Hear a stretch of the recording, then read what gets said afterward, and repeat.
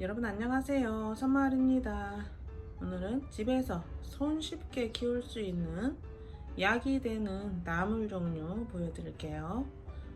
끝까지 잘 봐주세요. 지금 요거는 제가 미나리 잘라먹고 미나리 뿌리 흙에다 던져놨더니 이렇게 미나리가 잘 자라고 있습니다. 미나리가 처음에 자랄 때는 조금 가늘게 올라왔다가 점점 자라면서 두꺼워지게 되죠. 이 미나리가 엄청 컸는데요, 이렇게 엄청 자랐습니다. 여기 밑에 보시면 좀 두꺼운 거 보이시죠? 미나리는 뿌리에서 공짜로 모종을 얻게 되죠. 그래서 한 번만 이렇게 미나리를 키우게 되면 계속 잘라 먹으면 또 계속 올라오게 되죠.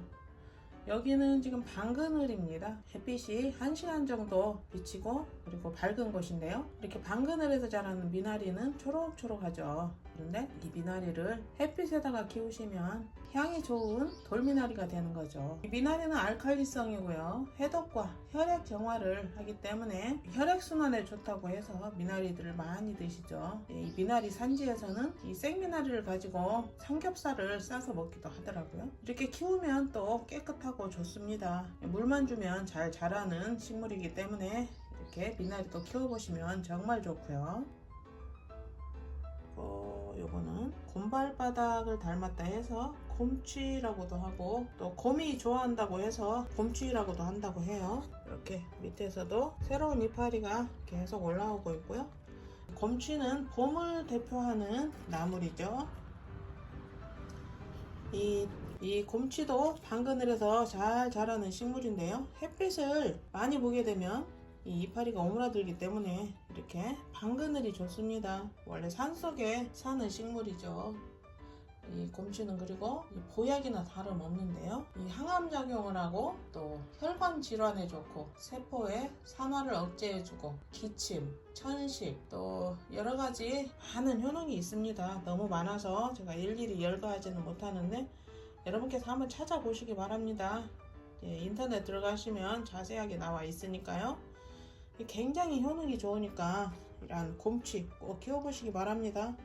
한 번만 심어 놓으시면 해마다 잘라서 드시면 되고, 또 이 곰취는 번식도 잘 됩니다. 몇 포기만 모종을 사서 심으시면 되겠죠. 이 곰취는 보통 쌈채소로 이용하죠, 생으로.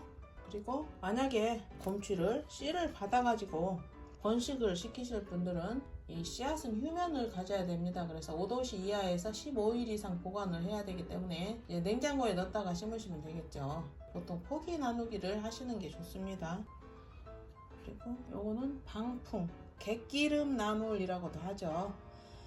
이 방풍은 제가 옥상에서 키우고 있습니다. 번식력이 강해가지고 씨앗이 여기 밑에까지 날아와서 번식을 했더라고요. 다른 나무 밑에 이제 나서 자라고 있었는데 여기다가 옮겨 주었고요. 이 방풍은 어르신들 계신 가정에서는 꼭 키우시는 게 좋습니다. 풍을 예방한다고 해서 방풍이라고 하고요. 또 뇌졸중, 암 예방에도 좋고 중금속을 해독해 준다고 해요. 그리고 이제 뿌리를 또 통풍에도 쓰는 그런 귀한 약재이고요. 이 쌈채소로 이용하실 때는 이렇게 방그늘에 키우시면 이파리가 연합니다. 그런데 이 약으로 쓰실 거면 햇빛 잘 들게 해서 키우시면 좋겠죠. 햇빛에 키우니까 조금 잎이 두껍더라고요. 식물이면서도 칼슘과 철분이 많이 들어있다고 합니다. 꼭 심어보셔야 되겠죠? 그리고 요거는 산마늘인데요, 울릉도에서는 명이나물이라고 하죠. 이 산마늘은 위장을 튼튼하게 해준다고 합니다. 이거를 장아찌로 만들어서 고기 먹을 때 싸서 먹기도 하는데요, 이 산마늘은 뿌리도 약으로 쓰죠. 그래서 뿌리를 또 키워야 되기 때문에 이 이파리를 모두 잘라버리면 안 되고, 드실 때 이렇게 이파리가 2장이나 3장 나왔을 때 1장씩 잘라서 드시면 되겠습니다. 이 명이나물 같은 경우에도 이 마트에서는 좀 찾아보기 힘들죠. 그래서 키워서 드시면 굉장히 좋고요. 그리고 요거는 뭔지 아시겠어요, 여러분? 요즘에 비가 자꾸 와가지고 연한 잎이 금세 올라왔는데요, 이거는 당귀라고 합니다. 한약재죠. 이제 뿌리는 한약재로 쓰고 위에 이파리는 쌈채소로 이용하는데요, 이 당귀는 특히 여성들이 드시면 좋습니다. 골다공증을 예방해주고 뼈와 치아를 튼튼하게 해준다고 해요. 그래서 성장기 어린이들이 먹으면 좋겠죠. 그리고 또 치매를 예방해 주기 때문에 이 당귀를 꼭 드시면 좋습니다.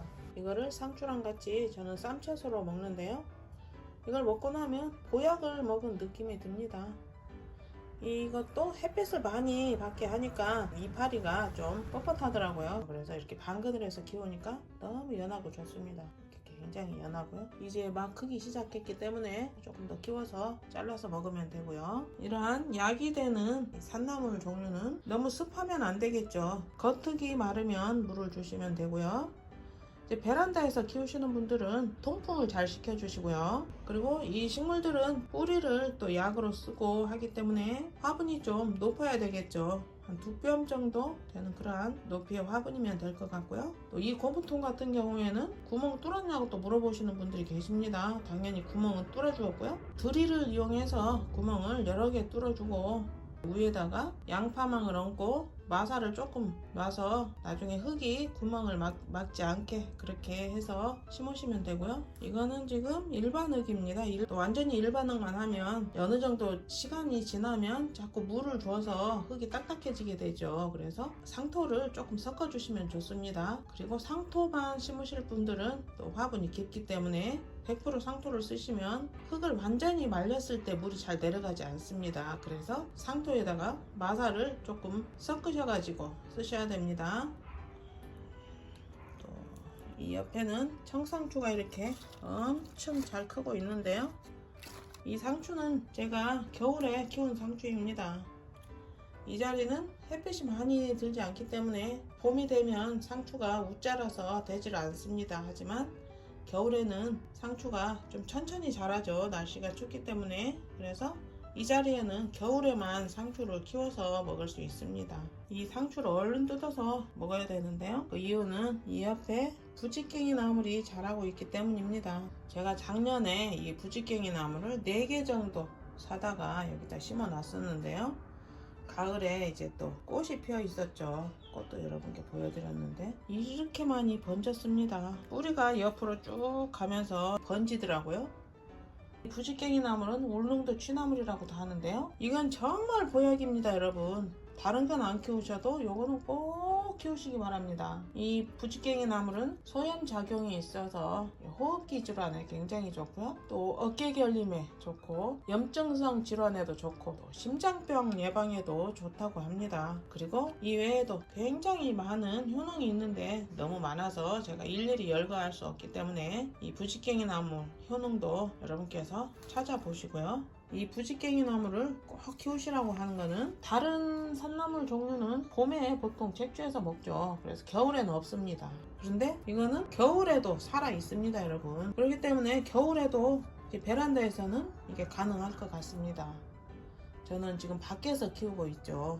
이게 추운데도 살아 있더라고요. 그래서 한번 뜯어 먹긴 했는데 이제 이 영상 찍고 나서 제가 여기 정도를 자를 생각입니다. 잘라서 나물로 먹고 이렇게 되면 이것도 나무처럼 이파리 사이에서 또 새순이 올라올 것 같습니다. 여기 같은 경우에는 이렇게 이파리 사이에서 새순이 올라온 거 보이시죠? 그래서 여기를 다 잘라서 새로 또 옆에 순을 받아가지고 키워서 먹으면 될 것 같습니다. 그러면 굉장히 풍성해지겠죠. 이것도 마찬가지로 거득이 마르면 물을 주시면 됩니다. 한 번만 심어 놓으면 해마다 잘라서 드실 수 있고 병충해도 없고 건강에 좋은 이 좋은 보약 같은 식물들 올 봄에 여러분들 꼭 키워서 건강 챙기시기 바랍니다. 항상 행복하시고요. 구독, 좋아요 부탁드립니다. 감사합니다.